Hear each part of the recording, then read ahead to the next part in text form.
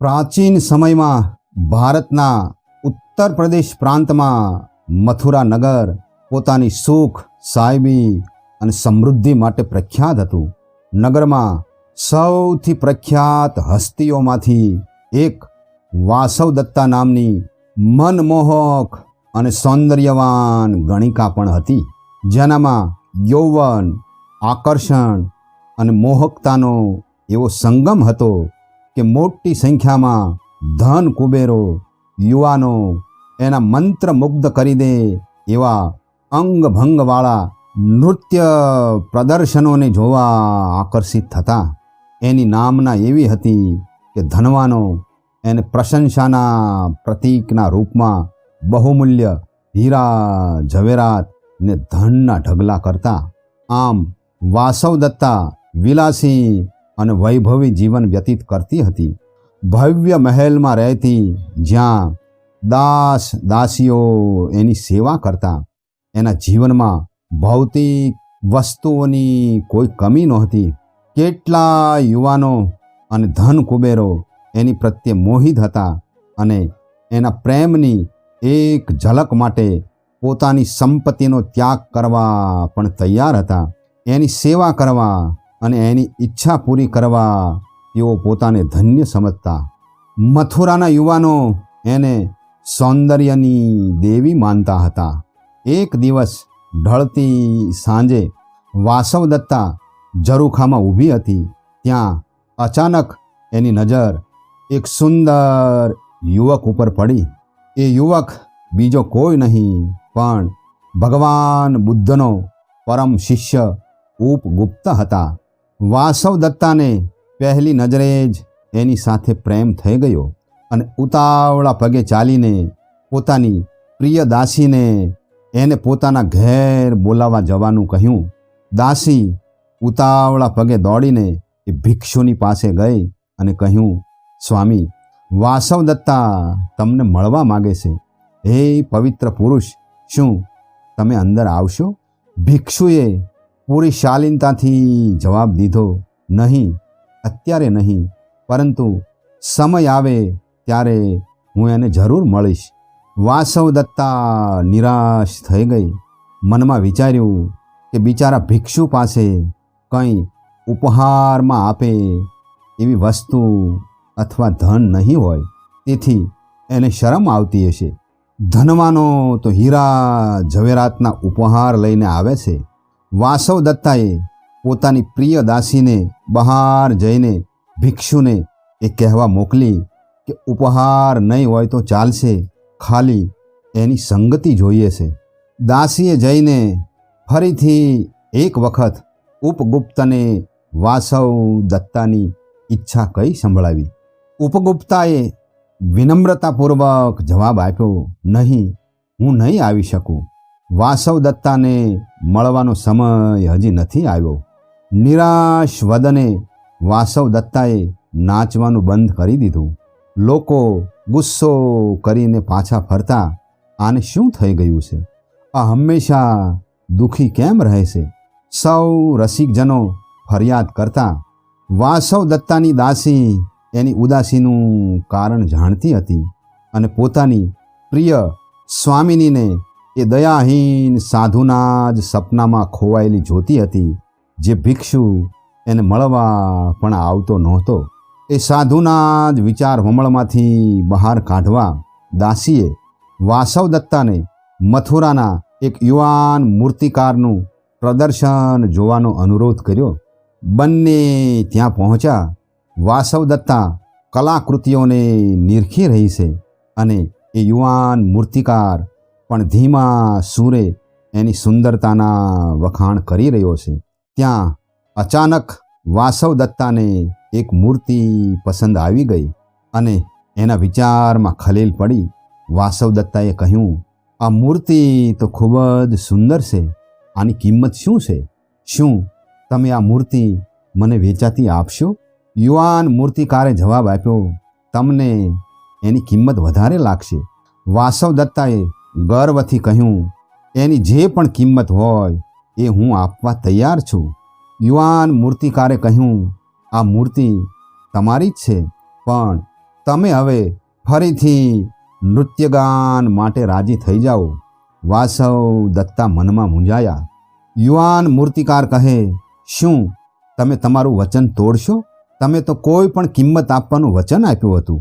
આમ પોતાના વચનને ખાતર વાસવ દત્તાએ ફરીથી નૃત્યગાન ચાલુ કર્યું.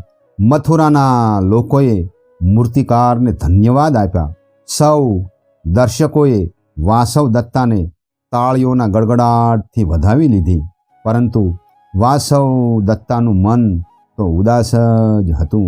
એને મનમાં થતું કે ઉપગુપ્તએ કેમ મને ઠુકરાવી દીધી. આમ આ ઘટના બાદ તો યુવાન મૂર્તિકારની રુચિ પણ વાસવ દત્તામાં વધતી ગઈ.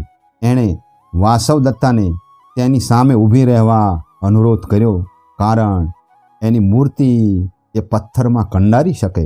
એની ઉત્કૃષ્ટ કલાકૃતિ જોઈ વાસવ દત્તાએ કહ્યું, મારી કલા મારી સાથે જ સમાપ્ત થઈ જશે, પરંતુ તમારી કલા તો સદીઓ સુધી અમર રહેશે. મૂર્તિકાર કહે, મને એ જોઈને બહુ ખુશી થાય છે કે મારી કલા તમને ખુશી આપે છે. થોડા સમય બાદ મૂર્તિકાર ગાયબ થઈ ગયો. વાસવ દત્તા અને તેની દાસી બંને ચિંતા કરે છે. એને મનમાં થયું કે કદાચ એ નગર છોડીને ચાલ્યો ગયો હશે. પણ એ તો ત્યારે મૂંઝવણમાં પડી ગઈ કે જ્યારે એ મૂર્તિકારનું શબ એના ઘરથી થોડે જ દૂર દફનાવેલું જોયું. લોકોએ કહ્યું કે મૂર્તિકારને એની હત્યા થઈ એ પહેલાં, એટલે કે 3 દિવસ પહેલાં વાસવ દત્તાના ઘરમાં જતા જોયો હતો. વાસવ દત્તા સાથેના પ્રેમના કારણે એની ઈર્ષ્યા કરવાવાળા શત્રુઓએ એની હત્યા કરી નાખી અને છાની રીતે વાસવ દત્તાના જ ઘર પાસે એની લાશને દફનાવી દીધી. તેથી વાસવ દત્તા પર ખોટો આરોપ લાગે. રાજાએ વાસવ દત્તાને રાજમાં પૂછપરછ માટે બોલાવી. શુદ્ધ બુદ્ધ ખોઈ બેઠેલી વાસવ દત્તા કાંઈ બોલી શકી નહીં. રાજાએ એની બધી જ સંપત્તિ જપ્ત કરી અને તેને મથુરા નગરીની બહાર જવાનો આદેશ કર્યો. લોકો એની ઉપર ફિટકાર વરસાવી પથ્થર ફેંકવા લાગ્યા અને વાસવ દત્તા ઘાયલ થઈને ઢળી પડી. અંતે મહા મહેનતે એક સ્મશાન ઘાટમાં શરણું લીધું. વાસવ દત્તાની દાસી એક જ જાણતી હતી કે વાસવ દત્તા નિર્દોષ છે. વાસવ દત્તાને હત્યાના આરોપમાં ફસાવવામાં આવી છે. વાસવ દત્તાને વાગેલા ઘાવમાં તો હવે ચેપ લાગવા લાગ્યો અને એ ગંભીર રીતે બીમાર થઈ ગઈ. એની પ્રિય દાસી સિવાય એની પાસે હવે કોઈ નહોતું. નગરના લોકો તો ઉલટાના એને હજી પથ્થર મારતા અને દાસીને કહેતા કે એને મરવા દે. આમ એક દિવસ ભિક્ષુ ઉપગુપ્ત આવ્યા. વાસવ દત્તાએ એની દાસીને કહ્યું કે મને કપડાથી ઢાંકી દે, કારણ એ પોતાના પ્રિય એવા ઉપગુપ્તને એનો ઘાયલ ચહેરો દેખાડવા નહોતી માગતી.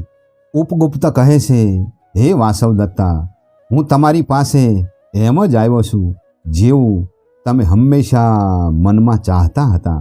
વાસવ દત્તા કહે, હે ભિક્ષુ, જ્યારે આખું મથુરા મારી પ્રશંસા કરતું, મારી પાછળ પાગલ હતું, ત્યારે તમે મને ઠુકરાવી દીધી અને જ્યારે હું સડી ગયેલા માંસના ઢગલા સિવાય હવે કાંઈ નથી, જેને બધાએ ઠુકરાવી દીધી છે, ત્યારે તમે કેમ આવ્યા? ઉપગુપ્ત મંદ મંદ હસે છે અને કરુણાસભર વાણી ઉચ્ચારે છે, હે વાસવ દત્તા, એ સમયે તારે મારી જરૂર નહોતી, હવે અત્યારે તારે જરૂર છે.